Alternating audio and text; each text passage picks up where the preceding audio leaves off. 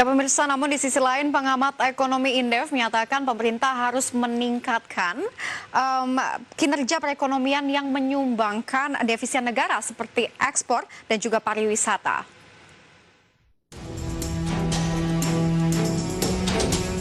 Utang luar negeri Indonesia pada akhir 2020 yang mencapai 5.803 triliun dinilai pengamat ekonom Indef Bima Yudhistira akan sulit dibayar dengan skema menggunakan falas.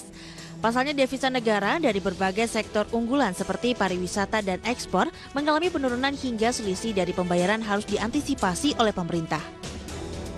Beberapa hal dalam jangka menengah yang harus dilakukan pemerintah yakni meningkatkan kinerja perekonomian yang menyumbangkan devisa negara, salah satunya ekspor, sektor migas dan non-migas, serta pariwisata. Selain itu, dalam jangka pendek, pemerintah harus melakukan efisiensi anggaran belanja serta realokasi belanja yang bersifat tidak mendesak.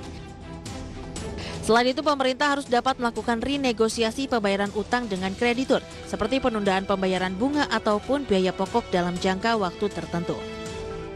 Seharusnya dalam hal ini pemerintah itu bisa melakukan negosiasi dengan kreditur yang sifatnya bilateral maupun multilateral. Kita bisa bilang misalkan ke negara-negara yang memberikan pinjaman bahwa pinjamannya tolong dihapus misalkan pokoknya atau bunganya diringankan lagi, atau bahkan tidak membayar bunga misalkan dalam jangka waktu tertentu karena uangnya digunakan untuk kemanusiaan misalnya atau perlindungan sosial. Itu bisa.